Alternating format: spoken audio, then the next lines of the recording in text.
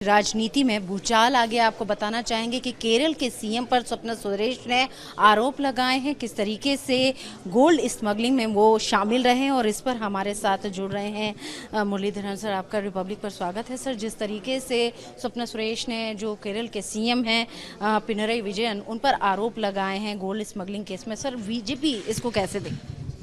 नहीं, हमने बहुत पहले से कहा है कि मुख्यमंत्री का ऑफिस, क्योंकि मुख्यमंत्री का प्रिंसिपल सेक्रेटरी इसमें इन्वॉल्व था, भरपूर इन्वॉल्व था, वो आरोपित है। उसमें चार्जशीट में वो 29th एक्यूज्ड है, और फिर भी मुख्यमंत्री कहते हैं कि मुझे इसके साथ कोई संबंध नहीं है। और ये जो प्रिंसिपल सेक्रेटरी को उसमें सस्पेंड किया गया था, even without the allegations being withdrawn, उनको वापस लिया गया। तो क्यों वापस लिया गया? जब केरल में पहले भी एक आईपीएस ऑफिसर जब किताब लिखा था, उस आईपीएस ऑफिसर को सस्पेंड किया गया था। यहाँ ये किताब भी लिखते हैं, ये आरोपी भी है, और इनके ऊपर केस भी है, और फिर भी इनको वापस सर्विस में ले लिया। इसका मतलब मुख्यमंत्री इनको डरते हैं, क्योंकि इनको खुला रखने के कारण ये सारे तथ्य सामने आ जाएगा, बाहर आ जाएगा।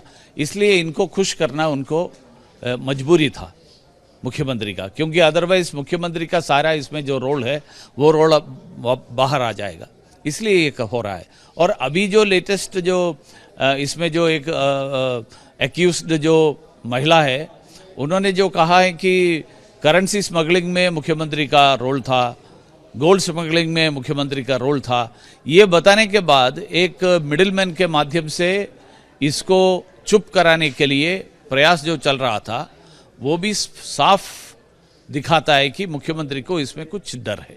सर अभी एक लेटेस्ट ऑडियो आया शाजी का, उस ऑडियो को शायद एजेंसी तो सुन रही होंगी, आप लोगों ने भी सुना होगा। उस ऑडियो के बारे में सर क्या कहते हैं? उसमें क्या साफ पता चल रहा है कि डराने धमकाने की और स्मगलिंग की पूरी कोशिश की जा रही है? नहीं, इसलिए ये मीडिया, ये मिडिलमैन जो है, मिडिलमैन इनको डरा रहा था, इनको पैसा ऑफर कर रहा था। इसका मतलब स्वाभाविक है कि बहुत साफ साफ हम एक कंक्लूशन पर पहुंच सकता है कि इसमें किसी ने इनको लगाया है, और वो मुख्यमंत्री के अलावा और कोई नहीं हो सकता।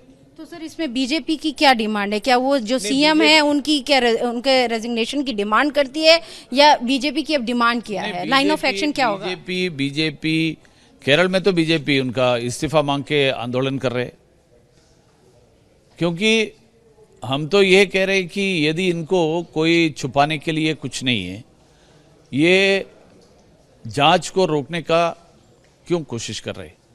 तो जांच होने दो, सारे तथ्य बाहर आ जाए, फिर निर्णय लेंगे। सर जांच की जिस तरह से अभी आपने जिक्र किया, एक छोटा सा सर सवाल है। जिस तरीके से आज राहुल गांधी को ईडी दफ्तर में बुलाया गया, उनकी पेशी हुई, और जिस तरीके से पूरा मनी लॉन्ड्रिंग का नेशनल हेराल्ड का पूरा केस है, उसको कहीं ना कहीं जो आज प्रोटेस्ट किया गया, तमाम जो कांग्रेस के बड़े नेता थे वो भी सड़कों पर आए, प्रोटेस्ट किया। सर आपको क्या लगता है, क्या जो प्रक्रिया है, जो एक जाँच की प्रक्रिया, उसको बाधित करने की पूरी कोशिश की जा रही है? नहीं, वही पार्टी ने कहा कि सत्याग्रह का नया डेफिनेशन दे रहे कांग्रेस।